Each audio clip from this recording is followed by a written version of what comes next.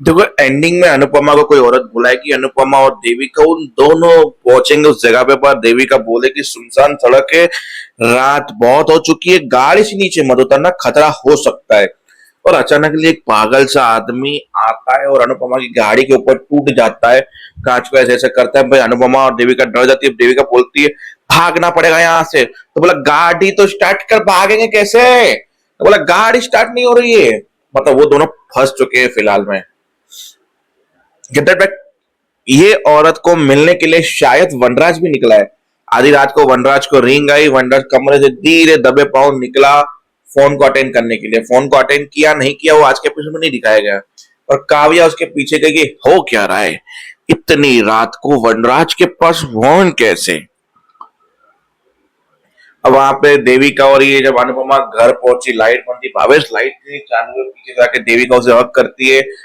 हक करने के बाद बोलते हैं अनु की बच्ची भूल गई मुझे जाते ही, ये वो। फिर देविका देविका करके पागल हो रही थी, बोला ये वो, बोला मुझे पता चला तू शाह, उसके थी एवरीथिंग इज फाइन। बोला सब कुछ फाइन, बस मिस्टर शाह, उनकी माँ और उनके पोते थोड़े ज्यादा गर्मी में है अभी। बोला उन सबकी गर्मी और उन सबकी बोलती मैं कल बंद करूंगी, क्योंकि मुझे पर्सनली डिम्पी और बाबूजी ने इनवाइट किया है शादी में। बोला क्या बात कर रही है, फिर तो मजा ही आ जाएगा, तुम मेरी सपोर्ट सिस्टम में बन जाओगी और शादी में थोड़ा और मजा आएगा। बोला मैं तो देखो बैंड बजाने के लिए आई हूँ, तो बैंड तो बजाऊंगी भी और बैंड बाजा पे नाचूंगी भी। तो बैठ के वो दोनों बातें करने लगे। यशदीप का फोन आ गया। बोला उठा, फोन क्यों नहीं उठा रही है?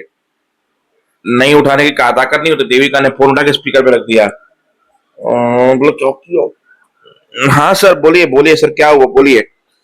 अब वो भी शर्मा रहा था बात करने से, तो बीजी ने फोन उठाया। बोला कैसी है अनुपुत्र? बोला ठीक हूँ, आपकी चोट ठीक होगी, आप ठीक हो, आपकी दवाई टाइम पे ली, ये लिया वो लिया, या तो ठीक है।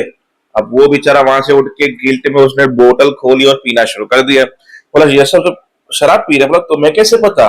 बोला वो बोतल खोलने का आवाज कांच का समझ में आ गया इसके लिए। बोला हम सब ठीक है, हमारी चिंता मत करो। बोला मैं आके सब ठीक कर दूंगा, चिंता मत करना। बोला तो अभी अपना ख्याल रखो, शादी एंजॉय करो, चिंता मत करो। फोन रख दिया। फिर बोला कि टिट्टू के बारे में कुछ बता ना अनुपमा, मैंने सुना है बहुत अच्छा है, बाबूजी और डिम्पी बता रहे थे। बोला करता क्या है? बोला वो एक डांसर है, सोशल मीडिया पे बहुत फॉलोवर्स है उसके। तो ये बोला खानदान के बारे में। बोला उसके माँ बाप बचपन में ही गुजर गए थे, अकेला है जो भी अपने दम पे। और खास ये बात है कि डिम्पी से प्यार करता है, डिम्पी का सच जानने के बाद भी डिम्पी से प्यार करता है। तो सबसे बड़ी अच्छा ही है उसमें। वैसे कल तो मैं मिलूंगी, तो सोचा मेहंदी पे क्या पहनूंगी? बोला नहीं सोचा तो नहीं है। बोला मैं तो मेरे रेडी करता हूँ। फोन में अननोन नंबर इतनी रात को कैसे आ गया फोन? जैसे फोन उठाया, बोला हेलो। बोला मैं बात आपसे मिलना चाहती हूँ। बोला कौन हो, क्यों, किस विषय में मिलना चाहती हो? बोला तपीश के बारे में कुछ बताना चाहती हूँ, आपका जो घर जमाई तपीश बनने वाला है उसके बारे में। अरे क्या, ऐसे करके फोन कट दिया। बोला ये क्या है? बोला मैं लोकेशन भेजूंगी। क्या है ये अननोन नंबर के कैसे? ये कोई फेक कॉल तो नहीं हो सकता देविका? बोला मुझे भी लग रहा है फेक कॉल नहीं हो सकता, इतनी रात को कोई औरत फेक कॉल क्यों करेगी? और तपीश के बारे में क्यों बताएगी? वो जानते तभी ना। फिर वो लोग सोचे नहीं यार, ऐसा हो सकता है कि कोई औरत हो, हमें बुलाए पैसे हेटने के लिए, लूट ले, किडनैप कर ले। ऐसे किस्से बहुत होते हैं अनुपमा, कुछ होता नहीं ऐसी चीजों में, पर हो जाता है। बोला क्या करना है अनुपमा? मुझे पता नहीं, कल रात से एक बात भी खटक रही थी मिस्टर शाह की, फिर स्टोरी सुनी। बोला क्या लगता है तुम्हें ये सब कनेक्टेड है? बोला मैं भी कनेक्टेड हो सकता है, नहीं भी हो सकता है, तुम्हें क्या लगता है मैं जाना चाहिए? बोला नहीं अनुपमा, तो डर तो लग रहा है, रात इतनी हो चुकी है, कहीं ये लुटेरे वगैरह ना निकले तो दिक्कत ना हो जाए। फिर भी ये लोग हिम्मत करके जानने की कोशिश करें। अब शाह हाउस में सब लोग आमरस खा रहे हैं। आमरस खाने का बोला क्या आमरस है, बातें ये वो सब कुछ। फिर किंजल ने बोला कैसा लगा आमरस? बोला बहुत टेस्टी, अच्छा है, दोबारा खाने का मन कर रहा है। बोला मम्मी ने बनाया, सब लोगों ने कटोरे रख दिए आधे खाने के बाद। बोला इतना टेस्टी, इतना अच्छा बना, फिर रख क्यों दिए? फिर मूड की किरा हो गया, मेरी माँ कभी नहीं सुधरेगी। तो उसको बोला वहां पे यशदीप को बर्बाद करके यहाँ पे आमरस बना के खा रही है, शादी एंजॉय करने के लिए आई है वगैरह वगैरह। बोला तू बेशरम, तूने अपनी बीबी को धोखा दिया, बाबूजी ने बोला, तूने चोरी की अपने माँ के ऊपर इल्जाम डाला, तूने ये किया, तूने वो किया। जब तुझे शर्म नहीं आई तो मेरी बेटी को किस बात की, जो उसने किया ही नहीं है। फिर अनुपमा के गुणगान गाने लगे, अनुपमा ने नहीं की, गो बैक होगी ये। अरे वनराज ने बोला उसके लिए उसको जाना पड़ेगा, कुछ करना पड़ेगा, तब जाके अपने को इनोसेंट साबित करेगी। महारानी तो यहाँ पे शादी एंजॉय कर रही है, क्या पता शादी के बाद कोई और रीजन मिल जाए यहाँ पे रहने के लिए उनको।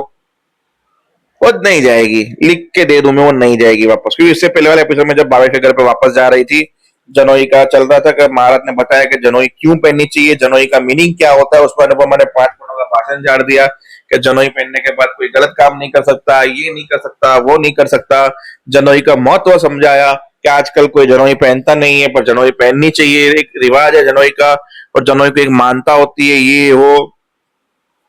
फिर बोला मैं जा रही, बोला क्यों जा रही हो, यहीं पे रहो, घर का माहौल है, शादी का माहौल है, अच्छा लगेगा।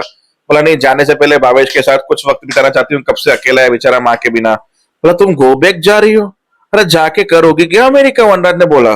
बोला मैं किसी और की सजा क्यों भुगतू, किसी और की चीजें मैं क्यों करूं। फिर वहां पे हमारी जो श्रुति है विदा करने आई थी, अनुष को रो रही थी। बोला तुम क्यों रो रही हो, हम जंग लड़ने नहीं जा रहे, शादी में अटेंड करने जा रहे हो, तुम्हें भी इनवाइटेड हो, तुम चल नहीं रही हो तो तुम क्यों रो रही हो। फिर वही हगू बगू किया, बाय बाय किया। फिर आद्या ने बोला मंडप रेडी करके रखना, मैं दूल्हे को लेके आऊंगी और पॉप और तुम्हारी शादी होके रहेगी। अब पॉप चिंता में, यार ये लोग शादी शादी कर रहे हैं, पहले अनुपमा को बेगुनाह साबित करना है। फिर रास्ते में फोन आता है, हाँ हाँ हाँ, ओके ओके, मुझे एक से एक पूरी की पूरी डिटेल चाहिए, पीछा करना पड़े पीछा करो, जो करना पड़े करो, पर मुझे डिटेल चाहिए। और मन में सोच रहा है कि अनुपमा मैं तुम्हें सरप्राइज दूंगा, सरप्राइज तो मतलब मैं एक गुना साबित करके ही रहूंगा, चाहे कुछ भी हो जाए, किसी और की गलती की सजा तुम नहीं भुगतोगी। तो बस अनुज पीछे लग चुका है अनुपमा को बेगुनाह साबित करने के लिए। बाकी देखते हैं आगे होता क्या है, तब तक के लिए